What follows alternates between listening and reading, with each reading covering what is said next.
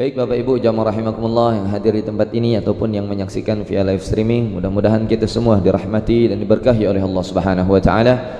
Kita lanjutkan taklim rutin pada malam hari ini. Kemarin terakhir kita sampai pada salat-salat sunnah yang rutin dilakukan oleh Rasulullah sallallahu alaihi wasallam. Malam ini malam Jumat yang pertama. Jadwal kita ngaji fikih kitab Fathul Qarib bab ibadah. Kita lanjutkan di sini. Selanjutnya adalah qala al-muallif rahimahullah ta'ala wa nafa'ana Allah bihi bi'ulumihi bi'ulumina bi'ulumikum wa bi'ulumi sayri salihin fid darin amin. Langan faslun wa syara'itus salati qabla ad-dukhul fiha khamsatu asya. Kita sampai pada satu fasal yang membahas tentang syarat-syarat salat. Kemarin kan kita sudah membahas tentang syarat wajib salat. Nah, sekarang kita membahas tentang syarat sahnya salat. Syarat sahnya salat. Kalau kemarin siapa saja yang diwajibkan untuk menyaksanakan, untuk menjalankan salat sudah kita bahas. Kemudian waktu-waktunya salat sudah kita bahas. Begitu pula salat-salat yang sunnah yang rutin dilakukan oleh Rasulullah SAW. Sekarang kita masuk kepada bab atau fasal yang menjelaskan tentang syarat-syarat sahnya seseorang salat. Artinya ketika hal-hal ini terpenuhi sebelum dia menjalankan salat, maka salatnya menjadi sah. Tetapi ketika dia tidak melakukan hal-hal ini, maka salatnya tidak sah. Tapi Bapak Ibu jamaah rahimakumullah, yang perlu kita ingetin di sini bukan tegas kita untuk mengecap seseorang sah atau enggak salatnya. Jadi nggak perlu capek-capek menilai orang lain. Jangan-jangan diri kita sendiri belum ternilai. Artinya kita membahas bab ini, fasal ini supaya kita tahu agar sholat kita sah dan diterima oleh Allah Subhanahu wa ta'ala. Ketika kita melihat, cukup kita kasih tahu. Perkara dia mau ngikutin, mau enggak, mau jalanin, mau enggak, bukan urusan kita. Yang penting kita sudah ngasih tahu. Dan nggak ada haknya kita ngasih mengecap dia, oh kamu sholat nggak sah nih apa segala macam. Jadi di sini dikatakan wa syara'itus salati qabla ad-dukhuli fiha khamsatu asya. Syarat sahnya salat sebelum kita masuk ke dalam salat. Jadi sebelum kita jalanin salat, maka ada 5 hal yang harus kita penuhi sebelum kita masuk dalam salat. Apa saja? Di sini dikatakan yang pertama, taharatul a'dha minal hadathi wan najas. Yang pertama adalah sucinya anggota tubuh kita semuanya dari hadas ataupun dari najis. Jadi sebelum kita sholat, kita ini harus memastikan bahwa tubuh kita ini sudah suci, baik dari hadas kecil ataupun besar, ataupun dari najis. Dari hadas kecil ataupun hadas besar. Nah, hadas dibagi jadi 2. Ada hadas kecil, ada hadas besar. Hadas kecil adalah hadas yang mewajibkan seseorang untuk wudu. Sedangkan hadas besar adalah hadas yang mewajibkan seseorang untuk mandi junub. Dia harus sudah benar-benar bersih, suci. Nah, di sini yang harus diperhatikan, tidak setiap yang bersih itu suci, tetapi yang suci pasti bersih. Bersih belum tentu suci. Contoh, daging babi kalau dicuci, dipotong, bersih. Ya kalau dicuci bersih. Tapi suci nggak? Kan enggak, najis. Jadi tidak setiap yang suci itu bersih. Tidak setiap yang bersih itu suci. Tetapi setiap yang suci itu sudah pasti bersih. Nah, syarat yang pertama di sini suci seluruh anggota tubuh kita dari hadas kecil maupun hadas besar, begitu pula dari najis. Jadi harus suci dari hadas kecil maupun besar dan juga najis. Itu yang pertama. Kemudian wasatrul aurati bilibasin tahirin. Itu yang kedua. Menutup aurat dengan pakaian yang suci. Jadi yang suci bukan cuma tubuh kita, yang suci bukan cuma tubuh kita, melainkan pakaian yang kita tutup tubuh kita, pakaian yang kita pakai untuk menutupi tubuh kita, aurat kita, itu harus suci. Nah di sini dijelaskan menutup aurat ini, Bapak Ibu jamaah rahimakumullah, menutup aurat itu harus menutup warnanya. Satrul aurah di sini nutupin aurat adalah auratnya yang ditutupi warna. Jadi selama warna kulitnya masih kelihatan, itu belum nutup aurat namanya. Bahkan Imam Syafi'i radhiyallahu ta'ala anhu arda lebih keras lagi. Kata beliau, selama bentuk lekukan tubuhnya belum tertutup, maka selama itu belum nutup aurat. Ditutup sampai tidak terlihat baik warnanya ataupun bentuknya. Satrul aurah. Wa satrul aurati bilibasin tahirin, menutup aurat dengan pakaian yang suci. Nah di sini dalam kitab ini, dalam kitab Baijuri disebutkan sunnah ketika sholat seseorang menggunakan dua pakaian, dua double, dua lapis pakaian. Jadi sunnah pakai dua double, dua lapis pakaian. Makanya Bapak Ibu jamaah rahimakumullah nih, mulai sekarang nih, yang biasanya kalau sholat bapak-bapak cuma pakai koko doang, besok pakai kaos terus pakai koko. Biasanya cuma pakai sarung doang, besok pakai kolor sama pakai sarung. Itu dua lapis namanya sunnah. Supaya apa tujuannya tadi? Supaya warnanya betul-betul nggak kelihatan. Warnanya betul-betul nggak kelihatan. Jadi ini yang kedua Bapak Ibu jamaah. Kemudian yang ketiga apa? Wal wuqufu ala makanin tahirin. Yang ketiga adalah berdiri atau berdiam atau sholatnya ini di satu tempat yang tempatnya itu juga suci. Wal wuquf ala makanin tahirin, diem berdiri sholatnya di tempat yang suci, di tempat yang suci. Yang dinamakan tempat kita sholat itu apa? Batasannya mana? Batasannya ketika kita berdiri sampai sujud. Maka di sepanjang tempat dan selebar tempat itu harus suci. Adapun lebih keluarnya daripada itu ada najis, itu bukan tempat kita sholat. Jadi tempatnya. Ini misal di sini, anak pakai di sini. Yang ini nggak ada masalah, nggak ada urusan. Tinggal yang kena najisnya nggak usah dipakai sholat. Yang jadi masalah kalau tempat kita sholat itu tadi selebar badan kita nih, kita berdiri. Kemudian sampai kita sujud, di sana di sepanjang dan selebar itu ada najis, itu baru tempatnya tidak suci.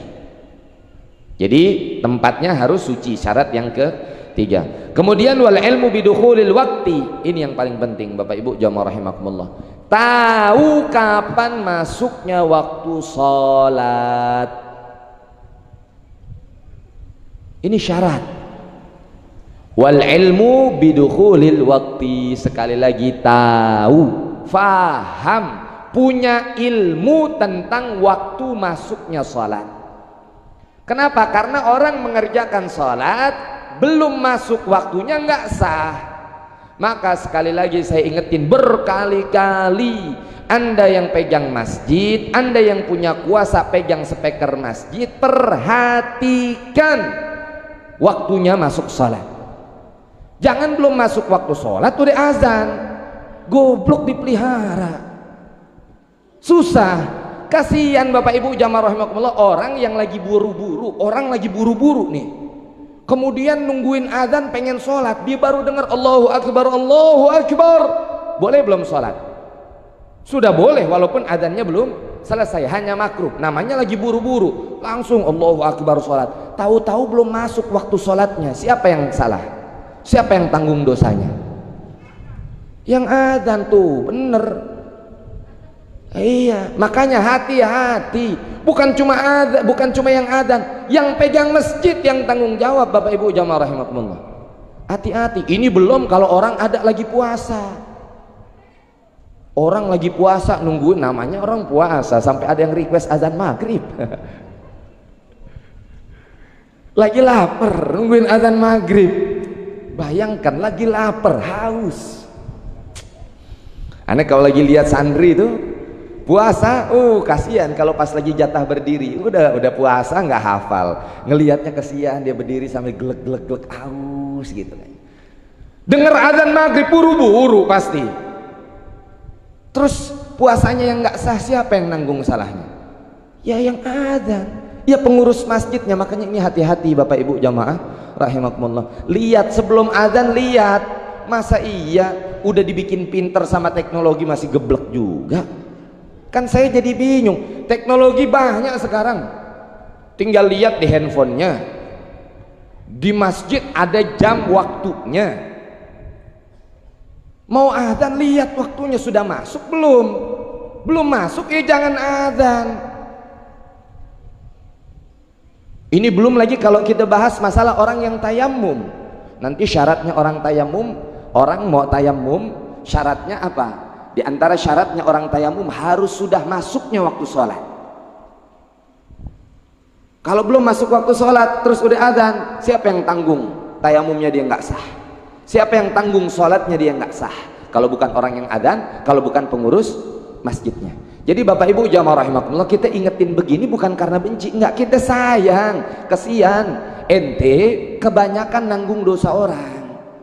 Dosa sendiri aja belum tentu bisa kita tanggung, mau nanggungin dosa orang banyak. Maka perhatikan waktu masuk. Ini wal ilmu bidukhulil waqti. Tahu ilmu waktu masuknya sholat. Makanya Bapak Ibu jarang kalau ana dulu pernah sholat di Parung tuh, waktu ana lagi ngabdi di Parung. Waktu ana lagi masih ngabdi di salah satu pesantren di Parung, itu dia masih punya jam yang jadi penentu waktu sholat. Salah satu pengurusnya itu jadi kalau sholat Jumat itu kan masuknya apa? Ba'da zawali syams, setelah bayangan itu tergelincir sedikit. Kita berdiri, matahari persis di atas kita, kemudian sudah mulai bayangan kita bergeser sedikit, ada bayangan melenceng sedikit baru masuk. Nah ini satu orang ini pengurus masjidnya nungguin, megang, bentuknya kayak jam, nungguin aja. Iya, kerjaannya dia cuma begitu doang, nungguin. Begitu udah tergelincir sedikit, masuk, dia tutup alatnya, langsung masuk ke dalam masjid. Udah muadzin langsung adzan, tok tok tok tok tok, dung dung. Beduk dipukul, adzan Allahu akbar, Allahu akbar. Saking apa? Takut belum masuk waktu sholat. Jadi hati-hati dengan masuknya waktu sholat. Bukan malah bagus, kalau punya janji lebih cepat bagus, on time namanya. Ini waktu sholat nggak ada istilah masuk waktu sholat duluan, nggak bisa. Ini syarat yang ke berapa? Yang ke 3. Yang keempat. Kemudian yang terakhir, wastiqbalul kiblah. Wastiqbalul kiblah. Yang terakhir adalah madhab atau menghadap ke kiblat. Jadi syarat sebelum kita ngerjain sholat, syarat sebelum ngerjain sholat adalah menghadap ke kiblat. Apa yang harus menghadap ke kiblat Bapak Ibu jamaah rahimakumullah nih, yang harus menghadap kiblat nih ininya. Dada kita. Makanya sholat nengok batal gak? Sholat nengok batal gak? Nggak batal, cuma menandakan dia sholatnya nggak khusyuk. Lah ngapain juga mau sholat nengok? Iya kan? Ngelirik lagi Allahu akbar, tahu-tahu benda jatuh kelenteng. Ya, kelihatan sholatnya nggak khusyuk, tapi batal nggak? Enggak, karena khusyuk bukan bagian daripada syarat sah. Sah tetap sholatnya.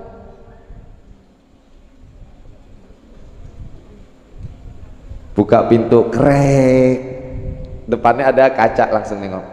Iya. Batal nggak sholatnya? Nggak batal, selama ini dadanya tidak kehilangan arah kiblat. Jadi yang harus ngadep kiblat ini, menghadap istiqbalul kiblah. Tapi kalau dia sudah begini ngadepnya, krek, langsung nengok, udah batal. Itu bukan penasaran lagi, itu bukan lagi nggak khusyuk lagi, memang nggak niat sholat. Ngapain sholat pintu kebuka nengok? Tadi batal kalau dadanya kehilangan arah. Jadi yang harus ngadep kiblat sekali lagi apa Bapak Ibu jamaah rahimakumullah? Dadanya ngadep kiblat. Wastiqbal kiblah. Kemudian di sini dijelaskan wa yajuzu tarkul kiblah fi halatain, fi syiddatil khaufi wa fin nafilati fi safar 'ala rahilati. Boleh kita nggak ngadep kiblat hanya dalam 2 keadaan. Boleh seseorang sholat nggak ngadep kiblat hanya dalam dua keadaan. Apa saja keadaan? Yang pertama adalah fi syiddatil khauf, ketika kita betul-betul lagi takut. Kapan? Lagi perang. Dan kedua, kita boleh nggak ngadep kiblat adalah ketika lagi perjalanan dalam sholat sunnah. Sholat sunnah sedang dalam perjalanan di atas kendaraan, boleh nggak ngadep kiblat? Sholat sunnah, sekali lagi, sholat sunnah dalam perjalanan di atas kendaraan. Gimana kalau sholat wajib? Tidak sah. Terus gimana sholat wajibnya? Tetap wajib sholat, hanya sholat lihurmatil waqt, ngehormatin waktunya sholat. Masuk datang misal naik pesawat, kan kalau naik pesawat kan nggak ada rest areanya ya, nggak ada rest areanya, belum ada yang bikin soalnya. Kita naik pesawat, perjalanan 8 jam, berangkat jam 11, otomatis sudah mau masuk waktu zuhur, terbang jam 11. Kalau jam 8 jam berarti sampai jam berapa? 11, 12, 1, 2, 3, 4, 5, 6, 7. Jam 7 udah ngelewatin berapa kali waktu sholat? 3 dong, zuhur, asar, maghrib. Gimana? Sholatnya tetap wajib. Waktunya sholat zuhur dia sholat, waktunya sholat asar dia sholat, waktunya sholat maghrib dia sholat. Tapi nanti sampai di tempat tujuan semua sholatnya itu diqadha.